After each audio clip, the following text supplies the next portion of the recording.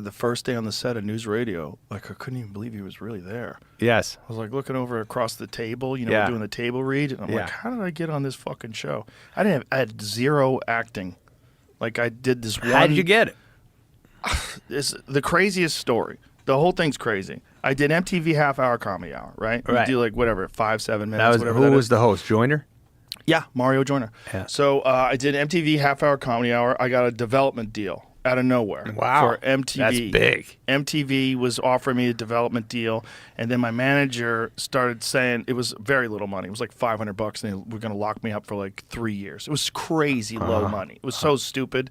But you would join. But I was like thinking about you doing want me? it. Let's do it. Yeah. I was thinking about doing it because this is like after Remote Control, and they'd made Dennis Leary famous. And Yes. they had decided they were going to lock people up to deals now because Yes. Leary got famous off that, and then he took off and then kind of went away from MTV. I see. Yeah. So they had decided that they were going to lock up talent. So Right.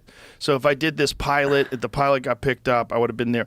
So my manager said, he said, I have an idea. And so he decided to send my MTV tape out to all these studios and say, this guy's about to sign a development deal for MTV, locked up, but Right. he's still available. So then I started getting all these phone, like people would call my apartment. I was at home like, hello?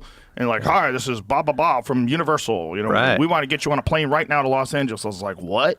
Wow. So I man. called my manager. I called Sussy, and I was like, hey, dude, these fucking people are calling my apartment. He goes, Yeah. don't answer your phone. He goes, go to the pool hall. Don't answer the phone. And he goes, just leave it all to me.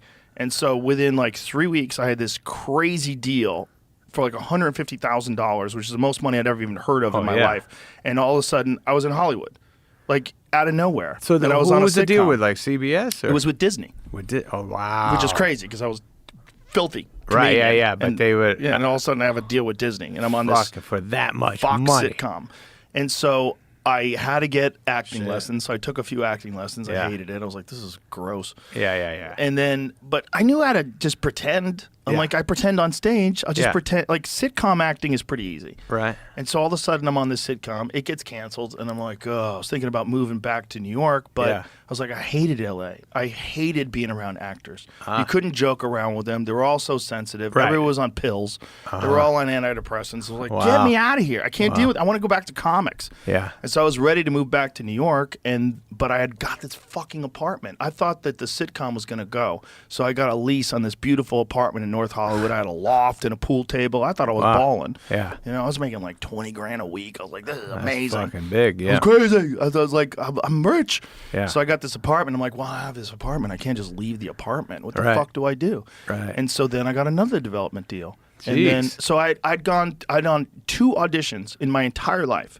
One of them was Hardball, got that show. The other one Jeez. was News Radio, I got that show. That's fucking It crazy. was made no sense. Yeah. Made no sense. And all of a sudden I'm sitting there, and I'm sitting across from Phil Hartman. Yeah. I'm like, this is crazy. That's a biggie. I had full And that imposter show fucking syndrome. kept going for a while. News Radio was big. No, it wasn't. It wasn't? I thought it was. Isn't that Brillstein Gray? Yeah, it wasn't big until after it was canceled. Oh, I see. And then it went into syndication. How many years did it? 5 years. That's pretty good. Yeah, but it became Syndication, I got you. really big in syndication. I see. Maybe 4 years or 5. I think we did 5 years. We did like 98 shows, which is like Who else was on it? I forget all of a sudden. Maura Tierney. She was great. Right. Dave Foley, amazing. That's right. Andy Dick. Yeah. And that's how I met Farley, through Andy. And Right. then Candy Alexander, she was awesome. Vicki Lewis, he was Stephen Root, amazing. All right. So it was a great cast. And Yeah. I felt like a fraud. I was like, all these people have like background in theater and Right, background right. in films Yeah, and yes. movies and TV shows, and I was just like, this Yes. dirty Phil comedian. made everybody feel that way. Everybody was kind of like, well, he's the next level. But Oh, he was the next level, Yeah. and he was so good. Him and Stephen Root was so good too. He was the Yeah. only one that wasn't even himself.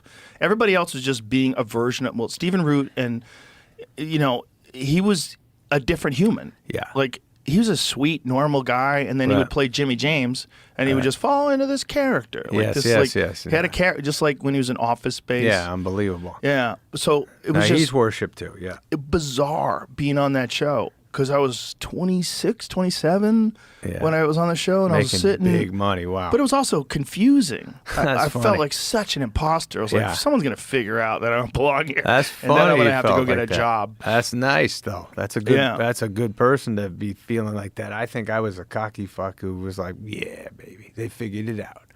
I'm here.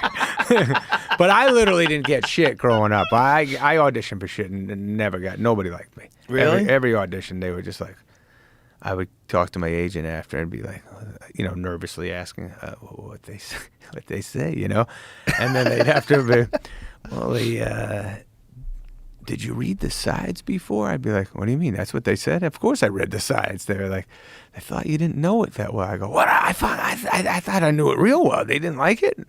They think that you're, they would use words to kind of be gentle with me, but just say, you're not ready yet. Yeah.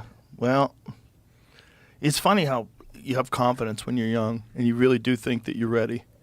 Like, I remember thinking that, like, at open mic nights. Like, you'd see someone on stage and they were bombed. Like, God, I wish I could go up there. Yeah. Well, that was terrible. Yeah. I would have bombed too. Like, Yeah, of course, yes. but you want Or the- watching you want another that actor chance. and you go, when you were young and you see someone Yeah. your age on a show, you'd be like, oh, what's with what? I could fucking crush that Right. shit. And then you realize, looking back, oh, that guy was pretty fucking good. Yeah. Well, news radio was fortunate because I got to play like a more retarded version of myself. It was like basically like into a lot of conspiracy theories and Oh, weird okay. and delusional. It was like a version of me. And Uh-huh. So the writers are very Did they know smart. that? They they were figured writing it me that out. way? I see. Figured me out after a while and started writing stuff in. That's 'Cause, funny. I would talk to them about fucking UFO projects. Wow, that were man. Top secret shit. And then they put all that kind of stuff in the script. That's